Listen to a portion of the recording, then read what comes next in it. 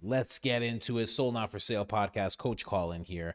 Hope I didn't wake up the baby, but let's get into this next episode.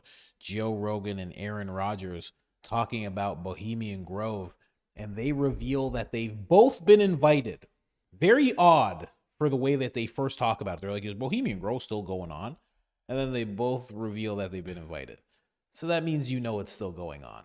Just saying. Anyway, let's jump into it. You know, meetings like Skull and Bone types meetings where they all wear cloaks and go to Bohemian Grove and all that. Is that not happening anymore? I think Bohemian Grove is very toned down now. I think they use it now for meetings and stuff. Thanks, and Alex people Jones. get together. Yeah, Alex and John Ronson did it up for everybody. Yeah. But I know a bunch of people have been. Kid Rock went. He told me he went. But there's a feeder group to it. Oh, yeah? There's a feeder group to the main group, yeah. What does that mean? It means they invite entertainers and different people. Oh, so they say like nice things. Well, then they figure out who they can hand select for the main group. I got invited. I did too. I'm not going to go. No way. Pass. No way. I remember what Nixon said about it back in the day. Well, first thing Goddamn I've ever seen. faggy thing I've ever seen. Yeah, like these guys all got together when they know no one was around. Did we talk last time about the Nixon, what's the Jackie Gleason story? Yes. Yeah, that's a wild story. It's my favorite. Yeah. Of all the UFO stories, that's my favorite because it's plausible. Yeah. You know, Nixon and Jackie were buddies. You know, if you're buddies with a guy and he likes to drink, and the two of you are playing golf and drinking, he's like, you want to see some. Yeah. That's what I would do. If I was the president, That's I what I was friends with would've Jackie Gleason. Bet him. All right. You win, I'll fund your campaign. Right. I win. You show me some. Yeah, right? I Play a wanna see- round of yeah. golf. Yeah. It's so crazy that they could just bring up, and your question is the Vatican a Christian place or a place, a collection of evil? I think it's a Catholic place and a collection of some evil. I think every place in the world has good and bad, evil and good, and I think the Vatican has some evil in it. I mean, Eddie Bravo's talked about the big Jesus sprouting out of hell, and it just looks absolutely wild. There's certain cathedrals or theaters that look like the head of a snake. Like there's a whole bunch of weird stuff to that place, man. But for these guys to both get invited to Bohemian Grove and they don't go into it deeper, it's just so crazy. Who invited them? Who was the person that invited them? They know that Kid Rock went. So was it Kid Rock that invited them? Is Kid Rock been going this whole time? Right now they just kind of said, oh, it's kind of watered down and it's a little different. Oh, thanks, Alex Jones. I don't believe that for a second. Not even for a slight second do I believe that nothing goes on there. There's no way it goes from presidents and the most powerful people. It's like the Bilderberg group, but for camping. It's like the camp version of the Bilderberg group. And you're going to tell me that they just went from the most powerful people in the world to just, it's just a little, it's really, it's not, we don't really do it like that anymore. Invite Joe Rogan, the most famous person in the world, and Aaron Rodgers, please. Yeah, we don't really do much. Invite Donald Trump, please. Like, what? What do you mean? You're still inviting the most powerful people in the world, seeing what you can do with them. What are we talking about here? And then, what do they do there? Oh, at Bohemian Grove. Daisy, you don't know what they do at Bohemian Grove. Well, it has been pictured that, and this was actually caught on film, that when they're there at night, they all dress in cloaks like druids, like World of Warcraft, not World of Warcraft, like League of Legends nerds. They all get together and they dress in these cloaks. And there's a big statue of an owl, I believe. And they start a ritual where they start talking about Moloch, the god of sacrifice. And they start saying all this weird type of incantation, weird scripted stuff. And they worship this huge statue, and they're calling it Moloch, this ancient god that the Aztecs and all sorts of people used to actually bring sacrifices to, sacrifices of substantial kind. And that's what they do there. Also, they will take some of the most powerful people in the world. This is actually depicted on websites and stuff. My wife and I covered it back when we were doing podcasts together. They will take some of the most powerful people. There's actually a picture of this. And these guys were all dressed like, what are those ladies that do that can? They do the dance where they're kicking and stuff. Cabaret dancers. I don't know how you depict that. Bunch of dudes dressed up, like ladies, powerful dudes. There's a reason why Nixon, like he said, called it the effiest thing in the world. I'm going to blur it out anyway on YouTube. He called it the thing in the world that he's ever seen, and that he'd never shake hands with a person that had been to Bohemian Grove. And he definitely wouldn't shake hands with anybody while they were there. He was saying the things that they were doing were that nasty and that gross that he wouldn't dare shake hands with any of the men that were there. These men are George Bush Sr., everybody you can think of, U.S. presidents, former and current. I mean, just everybody. And apparently they would just do these weird things, things that would border ritual, things that would border just wildness. And honestly, who knows if there were ladies of the night that were there, possibly, because the whole thing is set up like this huge campground, and you can take like a little train over to one part of the campground. You can take a train over to another part. They have sleeping quarters. They have all sorts of things going on at this grove. Kid Rock said that he went, and he's like, oh, nothing was going on there, man. It's just some guys hanging out. And I gotta say, I like Kid Rock, but he's a liar. He's lying. Like, sorry, we already saw. So it's a bunch of stuff. Daisy, yeah, sounds pretty gay. Yeah, it's a weird thing. It's a weird thing. So at least get deeper into that. Like, at least, like, how did you get invited? Like, at least I want to hear that at least. I don't know, man. But who am I to want to pry into their personal lives, But I just think we should get to know, don't you? I'll go a little deeper into the clip. What are they talking about now? I want to see Area 51. If they brought you, would you open your mouth? They said, Aaron, we're going to take you, but you gotta just keep this on a DL. I think so. I think so too. Yeah. I want to see some. Here's the thing. The remote viewing stuff in Area 51 is pretty wild, though. People have talked about, and you had a person talking about remote viewing recently, but how it's guarded by, the CIA's been doing it forever. Finally, some of that's declassified, but they have their remote viewing, like, guards who guard secret places like that, especially Area 51. It's pretty wild. They're remote viewing while they're guards? They have guards whose role is you're a remote viewing guard. Whoa. So their duty is they go into their astral bodies and guard the facility. That's how deep Aaron Rodgers is into the tinfoil realm. This is a special type of deepness that not many people venture into, because you can get stuck in that part of the tinfoil realm, where he's talking about people who are guards. They leave their body and they use their astral bodies to be security guards and make sure that no other remote viewers are floating around in their astral bodies trying to get into certain places they shouldn't be. That's how deep he is. And I'm impressed. I gotta say, I'm impressed. He's a millionaire. Okay? Let's be real. He could just have women on either side of him all day long, and he could just do it like that. He could be drunk 24/7. He could just travel the world. There's a lot of things he can do that we can't do. And he is still going into X, going into YouTube, and getting into the tinfoil nitty-gritty. You gotta respect it. I didn't even know about remote viewing guards. I didn't even know about that. You got to give it up for a guy like that. Could catch a football, and he knows about the tinfoil realm. He's deep.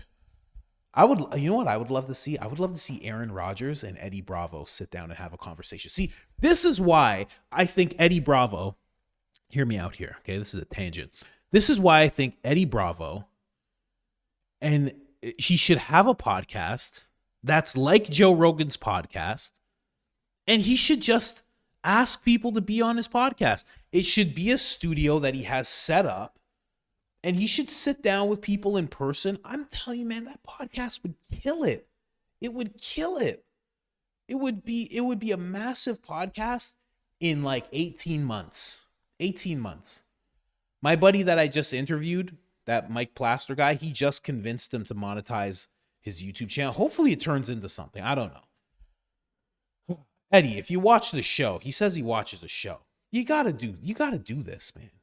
Imagine a conversation with Eddie Bravo and Aaron Rodgers. Right now, Aaron Rodgers being held. He's not being held down, but he's a little bit reserved. He's like, I'm not going to bring up all the stuff. He brings up the remote viewing guards, and look at the look on Joe's face right now. You know what I mean? Look how he looks right now. You say that to Eddie Bravo. Eddie Bravo's going to be like, tell me more, man. Tell me more. What are we talking about here? They're going to get into it. Man, 3-hour conversation.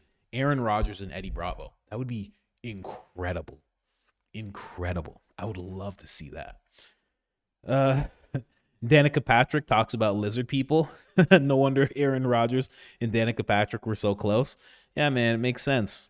Man, I didn't watch this episode because I thought they would be talking sports. Yeah, man, you gotta two types of podcasts, JRE, that will always fool you is the MMA guys and the sports guys. They'll always fool. They'll talk sports and they'll talk MMA when he's talking to an MMA guy, but they always have this other part to them. They'll talk a little bit about that, maybe even 20 minutes, maybe even 30, but they'll get into some stuff. They always do. They always do. You got to remember, these guys are getting knocked in the head and stuff. They're into some stuff. You know what I mean? They're taking shots to the face and everything. They're gonna have some ideas, you know? So that'll always fool you. They don't even talk about sports in this. Aaron Rodgers, anytime you see an Aaron Rodgers interview, listen to it. Listen to it. If he talks about sports a little bit, it'll pass. It'll pass. He has so much to say about so many different things. What does that entail? Like, what are they guarding it from? From other Astro viewers who try and get in there. What? Like, you block them? There's been a lot of people online who've talked about this. Yeah, there's a lot of people online who talk about a lot of things, though, unfortunately. I'm open-minded with this remote viewing stuff because the Hal Puthoff stuff was fascinating when he was describing it, like how accurate it had been. When there was that crashed jet from Russia that they were trying to recover, and they found it within a couple-mile radius. They were able to recover it before Russia was. Mm-hmm. It's pretty wild. Yeah. Like, if that's a real ability that people have. You think it's bullshit? No, I don't think it's bullshit. I think they spent too much money on it, and they researched it for too long for it to be total bullshit. And Hal Puthoff was very compelling. I've never seen it in action, though. So I've, remain. You never seen what? Somebody. Remote view. Oh, yeah. Yeah. I mean. You got to practice. I would like to know. I mean, imagine if someone could show you how to do it and you could do it. That'd be incredible. I'd love to. Yeah. Where would you go with it? He does it. He does it. Without a doubt in my mind, Aaron Rodgers has tried to remote view already. I know he has. Area 51? Yeah, 100%. Yeah. Right. If you could time remote view, I'd go right into when Bob Lazar was working there. Like, show me. I go Roswell 1947. Ooh, yeah, that's whatever. The big one. Yeah, there's a lot of those, man. We were talking off camera about that element 115. 115. Yeah. How long do you think it is? Because one thing I think about is like if you think, our parents' age, right? Like what they lived through technological and like all the advances since 50s, 60s and stuff to now. Yeah. And fast forward another 30, 40 years for us. Like at what point does some of this technology really come out? The anti-gravity stuff, the disclosure of the UFOs, It's a good question. What Hal Puthoff said was that during the Bush administration, they put together a panel of scientists and experts, and they gave them a task. The task was compile a list of things that would be disrupted by disclosure. They said, if we disclose that we have recovered crashed vehicles of non-human intelligence and biological remains, what would be the implications? And so they had a list of pros, things that would be disrupted, and then things that we would benefit from, and they put a numerical value to each one of them, and it was overwhelming by every one of them that it would be overall negative, and so they decided not to disclose. What was on the con side beside religion? Because I know religion is a big part of it. Religion was a big part of it. Government. Why would anybody believe that we have control over anything if there are some super intelligent beings from some unknown realm, whether it's another planet or another dimension, that have technology far beyond our comprehension? And then there's the religious aspect, which gets really weird, that Lazar talked about, where there's this immense folder. You know, the real reason that they wouldn't want people to know is because, and you can see this every election cycle, every midterm cycle, they always make some big stunt. This time it was Carmelo Anthony, the young white woman who called a little kid the N-word recently and got like $600,000 because they're after me. Such a good grift on both of their parts. Both of them just, you know, what would make those two grifts even better if you found out they were actually dating and they were just like, we're a millionaire couple now. That's the only thing that would have made that better. But you'll always see some kind of thing that happens that makes black people and white people split and start to look at each other like they're at odds. Then there's always this convincing.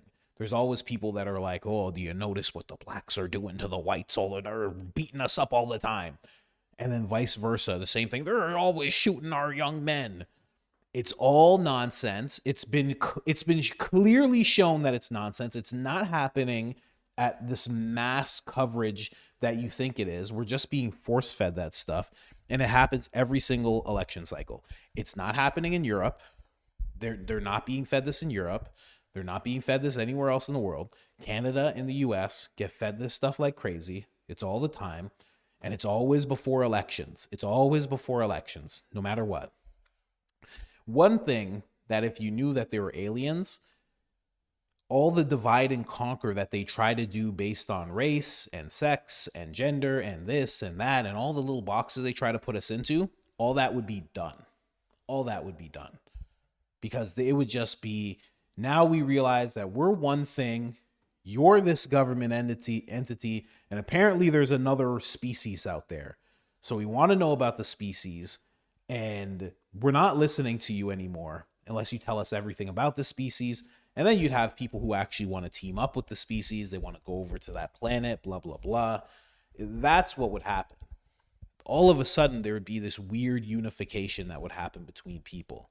You wouldn't be able to pull off. AOC wouldn't be able to come up here and be like, and you know something? They're all white supremacists. The crowd would just be silent. They'd be like, we're not doing that anymore. We know that there's aliens. We know that we're one species and this is another species. We're done with that. And it would fall apart because they've been depending on that for decades and decades and decades. They've been depending on the fact that they can pit two sides against each other. The most powerful demographics in the entire continent, not just the country, the entire continent, the most powerful ones, they always make sure that they're at odds. They always make sure that black people know, these Republicans hate you. And they always make sure, these Democrats, they've always done it. Always. And that would fall apart. That would be the one thing that would fall apart right away. Oh. Anyways, guys, I'm out. I just had to say that because it's a YouTube episode, right? So so I had to end it for my for editing purposes like that. But I do have to get out of here, guys. I do have to jump out of here right now. I will be back tomorrow. We will pick up where we left off. Get Joe Rogan off the screen. Wild Mary Magdalene on there. Just absolutely crazy looking. But we do have a lot to go through still. I still got all these here. Let me jump over here. I still got the skulls still. Have a good one. You too, Smokestack. I still got all this stuff to go through. I just didn't have enough time today. Got started real late because I got to edit some stuff. I'm not going to get started at 2 tomorrow because I have to chill with my editor for a little bit. Hopefully he can actually do the job. If he can, then we're heading to 300,000 on my main page. We're heading to 100,000 on my second page. And I'll have the space in the room to actually start a Canadian page for the small amount of Canadians. Because I got to be honest, when it comes to making a Canada YouTube channel, I'll become the funniest person in Canada overnight. I'm just saying, there's only like 7 of them over there. You know what I mean? The competition's slim. So it's true though. They don't have a daily show over there. I'll become their Jon Stewart. They'll be like, oh, this is great. So I need that space to do that kind of thing. Need another stream of income. Plus, I think Canadians need to, they need to know what's up. They need to hear. I've always made content to show the American people that they are not far behind what they're seeing with Canada, and they're not far behind what they're seeing with the UK. But I think there's a lot that Canada needs to learn that happens in America that is also happening in their country. And I think they think that, you know, Dominion machines, or they're just like, whoa, what do you mean? It's just a Dominion machine. What can really happen to a voting machine? Like, they don't click into that. They're like, that's something that happens over there. You know, they don't realize that their Kamala Harris just got elected. They don't realize that. They're just like, oh, what do you mean? This is Mark Carney, elbows up. What do you mean? They don't realize what just happened. They just think it's just business as usual, and it's not. This is crazy what just happened. So I think they need somebody to start throwing some truth at them. So I hope it works out. Hope it works out for me, guys. Educate them, coach. Yeah, something like that, right? Anyways, all right, I got to jump off, but thank you guys so much for being here. I really, really appreciate it, as always.